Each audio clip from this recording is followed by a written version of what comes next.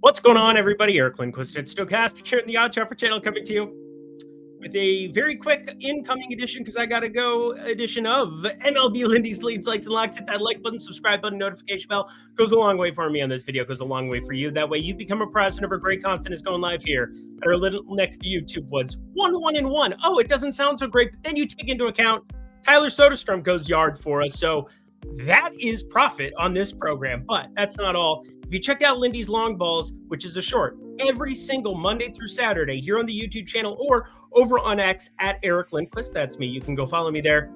3 for 4. 3 for 4 we go in the home run department. Absolute smash. I saw all the parlays. I saw all the round robins. It feels good. And to have Soderstrom and Max Muncy hit that home run like simultaneously in 2 different games on 2 different screens for me, I was going berserk, absolutely berserk. So I'm coming to you way later than normal because I really got involved in some of the sweats tonight. Obviously had a nuke for free for the people, but then had even more plays in the premium Discord that were awesome. Obviously didn't get off to a good start as Philly and Cincinnati looked like they had dinner reservations, basically like a 2-hour and 15-minute game. And then Kyle Schwarber called game. By the way, his home runs are like plus 160 tomorrow, plus 175, I think, best available at DK.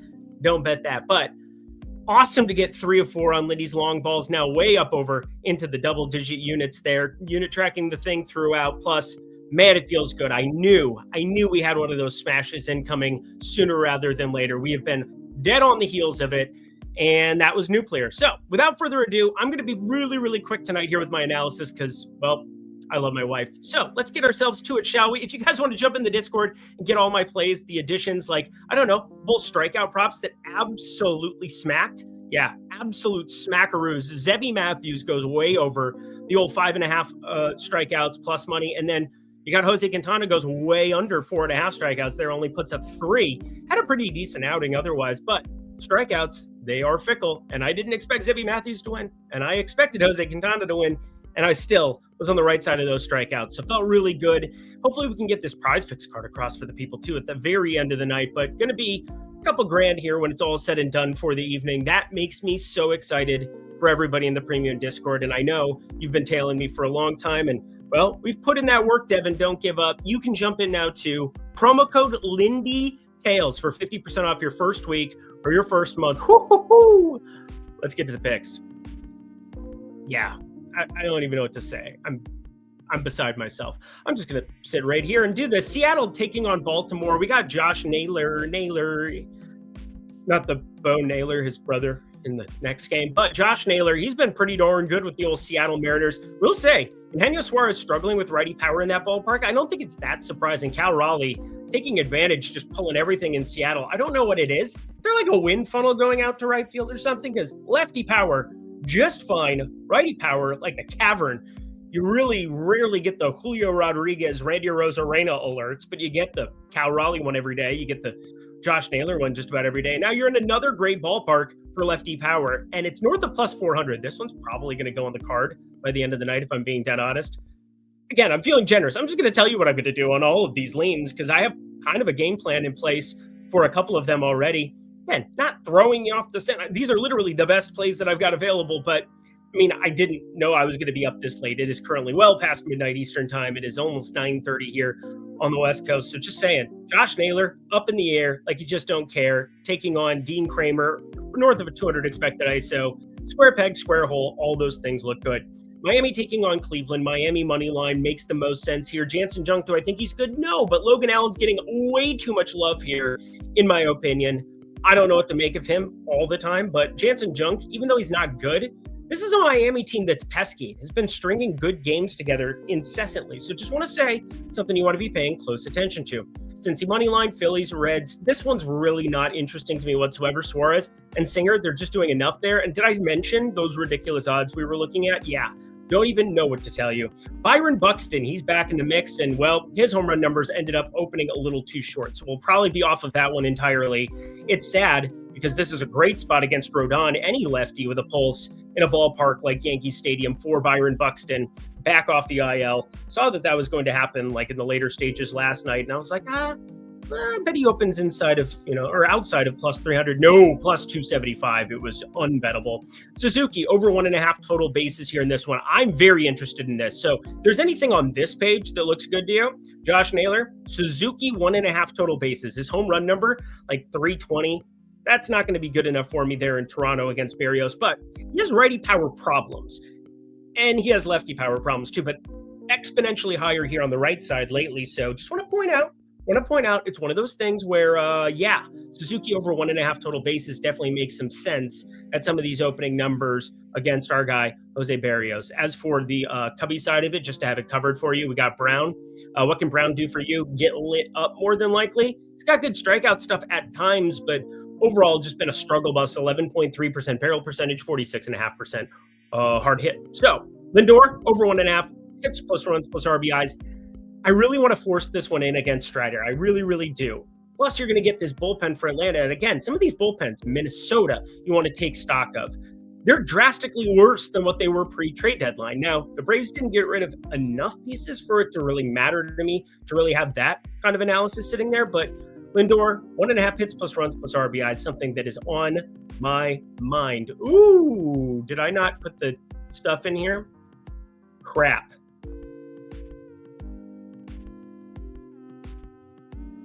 Well, this is going to be awkward. Again, they're just leans, so we can talk through each one of these specifically. But guys, I got excited. If you couldn't tell, I'm betting alongside you guys every single day. I'm putting my hard-earned money in play with you every single step of the way. So on these happy days, let's enjoy these. These days are ours. You guys are too young. You probably don't understand that one, but the real ones do. The real ones do. Dude, if Luke Keisha would have gone yard today, we would have set the world on fire. But I don't have time to go back and redo this. I really don't. What, we're 7 minutes into this already? All right, you know that it's the White Sox. You know it's Montgomery. He cashes that over 1.5 hits plus runs plus RBIs in the premium Discord for AC yet again with a long ball. I saw my guy Matt Moda. I was on that one. I should have tailed. That's why it's called Tails, friends. Preaching to myself here. But Jack Flaherty, he's the only known quantity that we have there in that game. Milwaukee, I'm not sure what to make of Skeens Day here because Milwaukee is red hot. They've lost 4 games since the All-Star break. That was almost a month ago. They've won like 10 in a row now. They can't stop, won't stop. Don't know what to make of it, but I think the over is kind of appealing here, even with Freddie Peralta on the other side of this one. Boy, I really want to try to get cute. You're only getting 5-6 innings of Skeens. The chances of him ever getting to 21 outs are remotely zero with the way that they're constructing their team. Kansas City, this is one I wanted to spend a lot of time talking about, but I don't really have a lot of time talking about it now. Mitchell Parker is no good. 15.5 degree launch angle, 51% hard hit. I find it weird that he hasn't given up more home runs than what he has on the season. And it's not like he's been home run immune by any means, but he's given up 16. And I would expect for a guy with these kind of hard hit data numbers to be north of 20 already. Now, he gave up 18 last year. That was an 151 innings pitch. This year, he's on worse pace, giving up more hard hit, worse whip, everything. He's only 2 off of that number of 18 that he put up last year in like 28 fewer innings. So I'm expecting Mitchell Parker to be somebody we can attack. I put Grichuk up here because I think there's a chance you get him and you might get like a Yastrzemski in the 7 or 8 hole. If you don't have Yastrzemski in there, he is such a pinch hit candidate that I don't know how you even go about touching anything with Randall Grichuk attack to it. So I really, really, really, really want to zig-a-zag. If you want to be my lover, you got to be with the Houston Astros. No, nobody loves that. I like Jesus Sanchez so much. It's so weird to see him in a Houston uniform. Not today, but like normally. Anyway, Dustin May taking on Spencer Arrighetti. There's vomit on his sweater already. Spencer Arrighetti came back and just did what he normally does. Cashes strikeout tickets for us. And I almost played his over earned runs at the same time, which is just so counterintuitive to everything that it's just weird to have both data points looking like that. But then you look at his hard hit numbers. You knew he was going to be limited to some extent, and it was a Miami spot to open up his year. So weird stuff, or, not year, but like he hasn't pitched since like April it was. So anyway, pay attention to that one. Dodgers run line. Do they have revenge in their heart? I don't know. But Max Muncy, I love you. I love you. I love you so much. I love Tyler Soderstrom too. And that's in the last game here. Lopez up to 17.5 outs. You got no length whatsoever out of Jeffrey Springs. He's not packing. That's a weird joke. Anyway, Jacob Lopez, 4 kids that I got to take all of that ass to showbiz. Looks really, really good out there. I'm worried this gets a little juice heavy in a small ballpark, but there's one guy, even with his fly ball profile, that I'm willing to back there. Jacob Lopez has proven himself to us time and time again. I absolutely love to see it. All right, be like Lindy, join Tails today. That's down at the link below. I've got 3 plays on the card for you. Hopefully you enjoyed the Soderstrom home run. That was very, very useful. We got a push there on the Milwaukee-Pittsburgh over 8. And then, well, we lost the one, the Cincy and Philly over, which just closing line value. You can rip that one up there. But overall, an extremely profitable MLB season. You guys can come kick it in the Discord. That's obviously right here. But be like Lindy. Join Tails today. Why am I talking about myself in the third person? Because I want you guys to check out the great stuff we got going over at Tails. We're going to have an awesome amount of features coming your way very, very shortly. You want to jump in and be a part of the team here now. There's a link down there. If you're looking to provide plays, if you're looking to provide content out there on X in the streets, well, I'd love to see it. Fire it up. Show me your... That's a weird thing to say. Be like Lindy. Join Tails today. To the plays we go. Oh, 3 for 4 Lindy's long balls. That feels so good. Feels so large.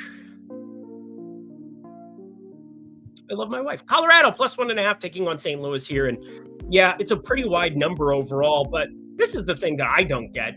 Colorado's been extremely functional since they put Freeman to the top of this lineup over the course of the last month. They got rid of not Mickey Moniak. He's been quite decent and also cashed his 1.5 hits plus runs plus RBIs for the pick of people today. Cashed the pick 6 ticket yet again. That's 3 consecutive pick 6s on this YouTube channel or over on the Stochastic YouTube channel for that have cashed. I mean, I don't know what to tell you. It's just been an inferno run for me, and I feel very good and very fortunate to have it. Stay humble, even though I'm fucking great. Kyle Freeland taking on Matthew Liberatore. Tell you what, these guys can't strike out anybody, and it does suck to have Brendan Donovan not there right now, but Lowell's Moodball, he's back in our lives, leading off even against lefties at times.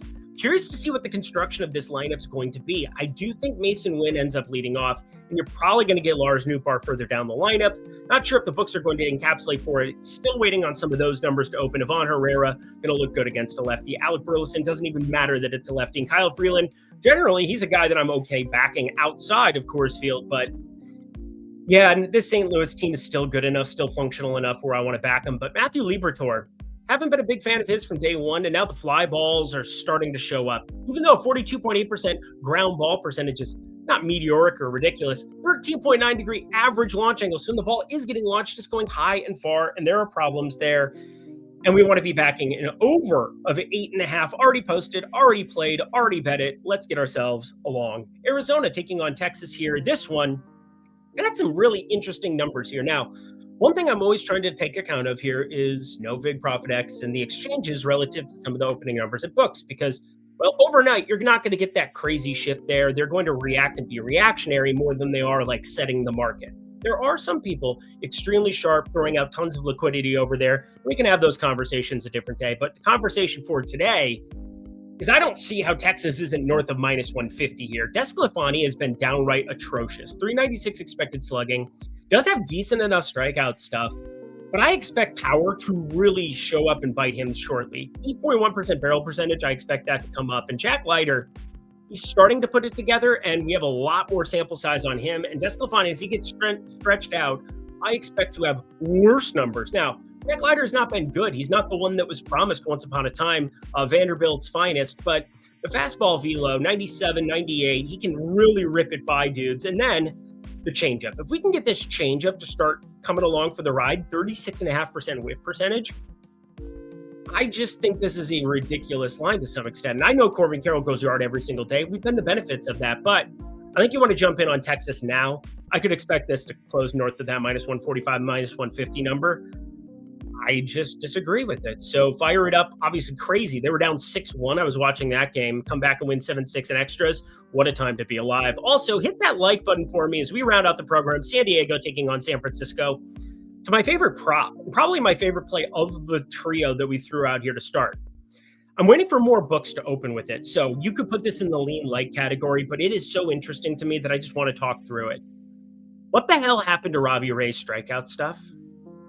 No, seriously, I want to know who went NBA, like, Space Jam on Robbie Ray here and made him incapable of racking up crazy strikeouts. Now, has it been apocalyptic? No, he had 8 against Pittsburgh last time out. Oh, that looks great. But he's got 100, 200, 204 pitches in the last 3, and I don't expect that kind of a workload to sustain for him. Plus, just pitching again, he got an extra day of rest in between as opposed to his last times out, but I expect that pitch count to come down a little bit. And then San Diego, they strike out at the 3rd lowest rate in baseball, and they added some functional righties in Laureano and lefty and Ryan O'Hearn.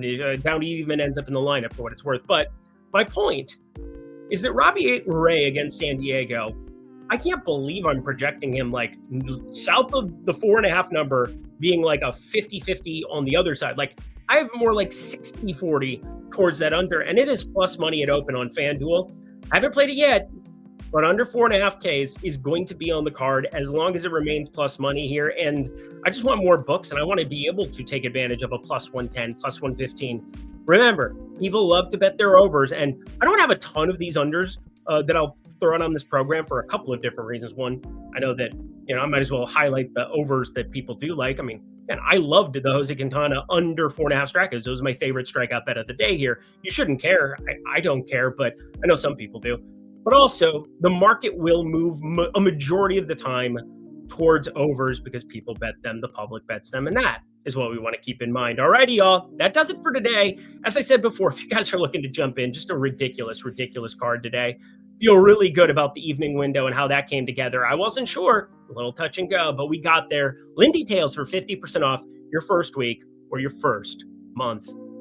Don't mind me adjusting the screen. And that does it for a quick and easy edition of MLB Lindy's Leans, Likes, and Locks here for Tuesday. Hit that like button down below. Head to the comment section below. Let me know your favorite plays. Let me know if you tailed Soderstrom home run north of plus 400. It was really, really nice. And I know Shea Langler's plus 270. I saw some sharp people actually on some Junior Caminero and Shea Langler. So will say, one of those things where I was looking at him like plus 250, plus 260, and I didn't see a ton of value there, but I'm just glad people are winning. I'm here for us to beat the books. That is the name of the game. So let's keep doing it here on Tuesday. I'm going to be in the premium Discord. I'm also going to be firing up, once again, Lindy's Long Balls every single Monday through Saturday here on the YouTube channel, on the Odd Chopper YouTube channel. Check out that short because, I don't know, it went 3 for 4 and absolutely nuked today. Until next time, friends, I'm Eric Lindquist. Best of luck in the MLB streets on Tuesday. Bye.